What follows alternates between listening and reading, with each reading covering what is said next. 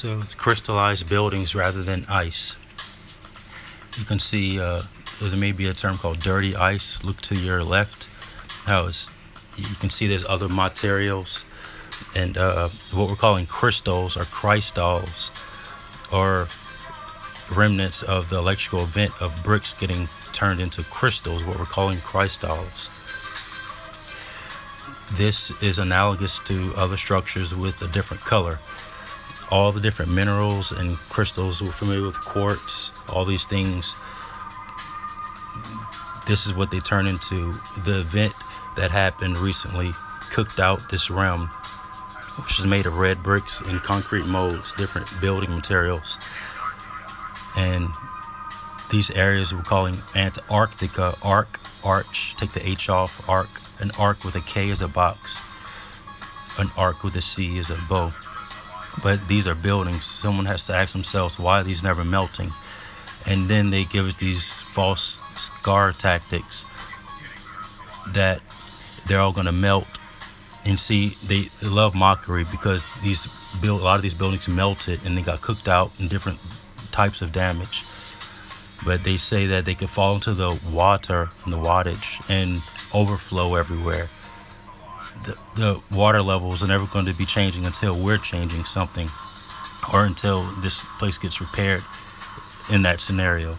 Yet water displacement shows you that that will never be happening. So there's a lot of narratives that are inaccurate.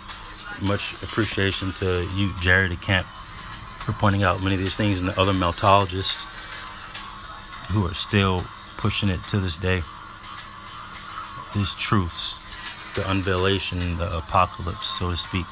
This is an example of the same type of damage, yet it's yet to be crystallized or turned into this state. Temperature dictates states of matter, and electricity as well. This was an electrical heat event based off of the proof. You could say the evidence, yet there's zero shred of evidence against it. This is, you can see when you go back to a lot of these pictures, including this one, look to your left. Why is none of that affected by ice if it is? Use your eyes to see that these are crystallized buildings, or these are buildings in a different state that were damaged. This is similar to the previous photo before. The same type of architecture. You can see here, this is a type of structure, this is a type of roofing. This gives an idea of how not only hot, but the type of damage that it produces. It produced popcorn bricks, popcorn blocks, all types of different damage. Discoloring the bricks and the concrete molds and the materials. Yet it was posed that because of the area where this is, the electricity was more intense. Yet there's other areas that we're calling so-called hot areas that have these same color materials. They've been cooked out. I'm having bricks personally that are this color. This is a building. Look at the top right. Look closely. Look at the arches. Look, you see all these just like this. This is what they are. But when it gets cooked out, you see the bottom turning more whitish or ashen. Yet this is where we're getting our minerals, crystals, like in caves. Caves are damaged buildings. And they're having stalactites and stalagmites. They just were dripping and it solidified. The event happened really fast, but this is a building. This is a crystallized building. You'll have parts of buildings in so-called hotter areas break off just like this, with this so-called ice floating. These are parts of buildings. You'll see that in other areas as well. This is a genuine photo. None of this is melting. Perception, deception. That's how we can see something and we can say something else, but this is the truth. And that boat was being without a sail, which is for another topic, for another presentation. Yet St. Elmo's fire, or using propulsion means other than wind.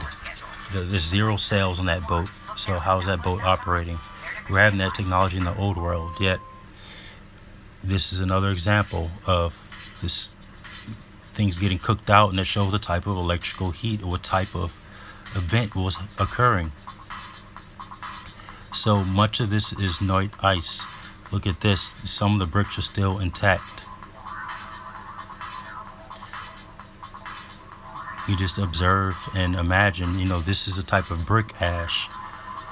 Sometimes you're going to still have red left in the so-called dirt, and they call it a mud flood because it was a brick flood. They call them mud bricks, but can you see mud flood, mud bricks, and it's all a lie. They were red bricks. And there's an Hebraic or Hebrew term called Levana, which is the same for brick as it is for moon. Then you're having the so-called blood moon. Bricks are the same color as blood, iron, all the different metals. So there's an area of so-called ice wall, which is Neuten ice wall. These are crystallized buildings for the most part. And there's an area that's been depicted as called Nemo, which is reversed as Omen. Appreciate you. It's free to pay attention to Corey that was pointing that out for the first time. But in the bottom, you can see this picture. These buildings. You can see. Look at the bottom. So I appreciate you all. Have a great day.